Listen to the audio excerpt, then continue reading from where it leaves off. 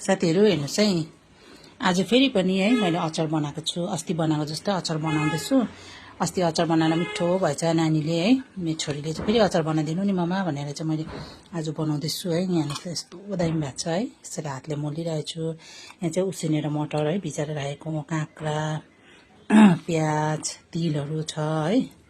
तपाईँहरूले पनि यसरी बनाएर राख्न सक्नुहुन्छ है। यसरी बनाएर चाहिँ फ्रिजमा स्टोर गरेर राख्न सक्नुहुन्छ। यस्तो दामी भइरहेको छ अचार चाहिँ है, थुकाएला है कतिजनालाई है।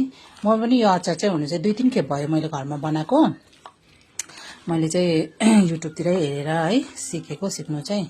अन्त आलु पनि छ, आलु चाहिँ मलाई अलिकति कम्ती हालेको छु किनकि अलिक आलु चाहिँ बेसी नखाएको नि त हो। त्यही भनेर हेर्नुहोस् त कस्तो दामी भएको छ है अचार।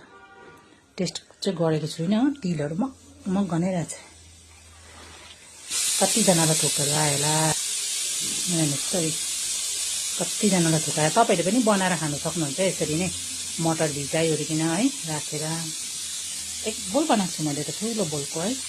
अस्तिको भन्दा चाहिँ अलिक बेसी नै बनाएको छु आलुहरू मटरहरू। तपाईँहरूले पनि यसरी नै बनाएर खानुहोस् है साथीहरू है।